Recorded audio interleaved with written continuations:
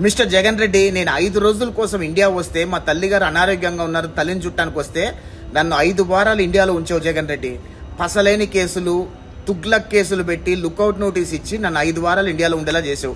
దానికి నీకు ధన్యవాదాలు చెప్పాలనుకుంటున్నా.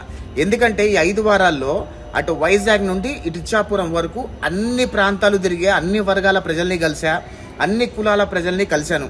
నాకు ఒకటి అర్థమైంది ఏంటంటే, ఈ 5 వారాల్లో ఇంతమంది ప్రజల్ని కలిసిన తర్వాత నీ మీద ఎంత భయంకరమైన ప్రజల్లో వ్యతిరేకత ఉందో ఇప్పుడు అర్థమైంది నాకు.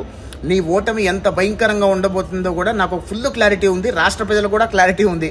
ఎందుకంటే అటు వైజాగ్ నుండి ఇచ్చాపురం వరకు వచ్చిన ప్రాంతాల్లో, తిరిగిన ప్రాంతాల్లో అన్ని కులాల వాళ్ళని కలిసా. అటు బీసీలను కలిసా, ఇటు ఎస్సీలను కలిసా, ఇటు ఎస్టీలను కలిసా, రెడ్లను కలిశాను, కమ్మోలను కలిశాను, బ్రాహ్మణులను కలిశాను, వైశ్యుల్ని కలిశాను, అన్ని వర్గాల వాళ్ళని కలిసా. అందరూ కూడా ఏమంటున్నారంటే, జగన్మోహన్ రెడ్డి వచ్చే ఎలక్షన్లో చిత్తుగా ఓడిపోవాలి, జగన్మోహన్ రెడ్డి వల్ల రాష్ట్రం నాశనం అయిపోయింది, వాళ్ళ జీవితాలు కూడా నాశనం అయిపోయాయి అని చెప్పి అన్ని వర్గాల ప్రజలు కూడా అంటున్నారు. మరీ ముఖ్యంగా రాయలసీమ రెడ్లను కదిలిస్తే, రాయలసీమ రెడ్లైతే జగన్ రెడ్డి గారిని బండబూతులు తిడుతున్నారు. అసలు వాళ్ళ గౌరవము, వాళ్ళ సంఘాల్లో, రెడ్డి సంఘాలలో వాళ్ళకి గౌరవం లేకుండా పోతుందంట నువ్వు చేసే పరిపాలన వల్ల, నువ్వు చేస్తున్న వికృత విన్యాసాల వల్ల.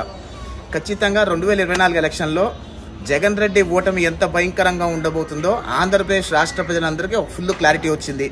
ఈరోజు వైఎస్ఆర్ కాంగ్రెస్ పార్టీలో కనీసం పోటీ చేయడానికి అభ్యర్థులు కూడా దొరకలేకపోవటం అంటే నీ మీద ఎంత వ్యతిరేకత ఉంది జగన్ రెడ్డి.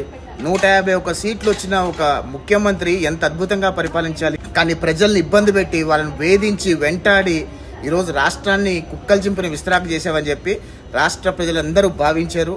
రాబోయే ఎలక్షన్స్లో ఖచ్చితంగా వైఎస్ఆర్ కాంగ్రెస్ పార్టీకి పునాదులు లేకుండా చిత్తుగా ఓడిపోతుంది వైఎస్ఆర్ కాంగ్రెస్ పార్టీ అనే విషయం గత 5 వారాల్లో నేను తిరిగిన ప్రాంత ప్రజలందరిలో కూడా, కలిసిన వర్గాలలో, కలిసిన అందరు, అన్ని కులాలని కలిశాను, అన్ని వర్గాలని కలిసిన వాళ్ళందరూ కూడా ఒకటే చెప్తున్నారు, జగన్మోహన్ రెడ్డి చిత్తుగా ఓడిపోబోతున్నాడు అని చెప్తున్నారు.